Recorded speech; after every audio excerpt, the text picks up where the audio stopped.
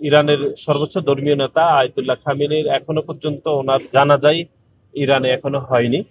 সুতরাং আমি মনে করি যে ওনার জানাজা হওয়ার আগেই, আনুষ্ঠানিক জানাজা হওয়ার আগেই ডাকসুর নেতারা গায়বী জানাজা করা এটি অতি উৎসাহী, এবং আমি মনে করি এটি গণমাধ্যমের দৃষ্টি আকর্ষণের এক ধরনের সামিল। তারা এটি করতে পারে যখন আনুষ্ঠানিকভাবে ওনার আনুষ্ঠানিক জানাজা সম্পূর্ণ হয়ে যাবে। আমি মনে করি এটি ধর্মীয় রীতিতে এটি শুদ্ধ হয়েছে কিনা এই বিষয়ে আমার যথেষ্ট সংশয় রয়েছে। এটি যারা ইসলামিক বিশেষজ্ঞ তারাই আসলে বলতে পারবেন, আমি এরকম শুনিনি। এটি এক ধরনের হচ্ছে মিডিয়া কাভারেজ পাওয়ার অতি উৎসাহী একটি বিষয় বলে আমি মনে করি। এবং গতকাল যেটি গুরুত্বপূর্ণ, গতকাল জামাত ইসলামের পক্ষ থেকে তারা একটি বিক্ষোভ মিছিল করেছে যে ইরানে হামলার প্রতিবাদে। এটি তারা করতেই পারে, কিন্তু সেখানে অত্যন্ত দুর্ভাগ্যজনক ভাবে আমরা লক্ষ্য করলাম যে সেখানে স্লোগান উঠেছে, ইরানে হামলা কেন, তারেক জিয়া জবাব চাই, এরকম স্লোগান দিয়েছিল।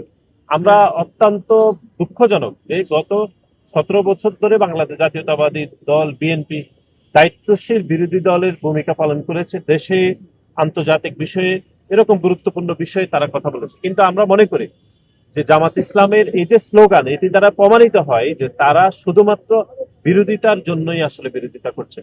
এখন আপনি খেয়াল করবেন যে আমাদের জনাব তারেক রহমান বাংলাদেশ জাতীয়তাবাদী দল বিএনপি যখন ভোটে বিজয় লাভ করেছে, তারপরে বিরোধী দলের নেতাদের সাথে উনি দেখা করেছেন, এবং গতকালের আগের দিনে তিনি জামাত ইসলামের ইফতারে অংশগ্রহণ করেছেন।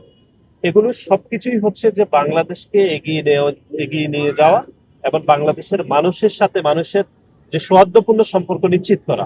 অর্থাৎ জামাত ইসলামেরও তো ভোটার রয়েছে, তাদের সাথে বিএনপির যারা সমর্থক রয়েছে তাদের সাথে যেন সম্পর্ক বৃদ্ধি পায়, তারই অংশ হিসাবে কিন্তু জনাব তারেক রহমান সেই ইফতারে অংশগ্রহণ করেছে।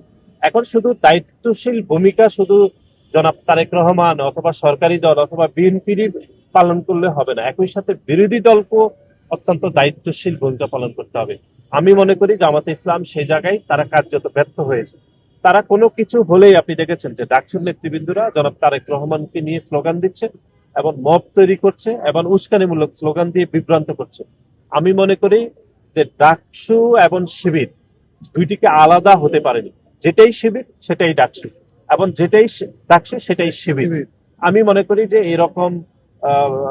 এরকম প্রশ্নবিদ্ধ আচরণ, এটি আমি মনে করি ডাকসুর ভূমিকাকে চরমভাবে ক্ষুণ্ণ করেছে, এবং ঢাকা বিশ্ববিদ্যালয়ের শিক্ষার্থীরা যে আশা আকাঙ্ক্ষাকে নিয়ে ডাকসুকে ভোট দিয়েছে বর্তমান নেতৃত্ব, যদিও এটা নিয়ে ব্যাপক বিতর্ক রয়েছে, আমি তারপরও মনে করি যে ডাকসু এবং শিবির এটি আলাদা প্ল্যাটফর্ম হওয়া উচিত।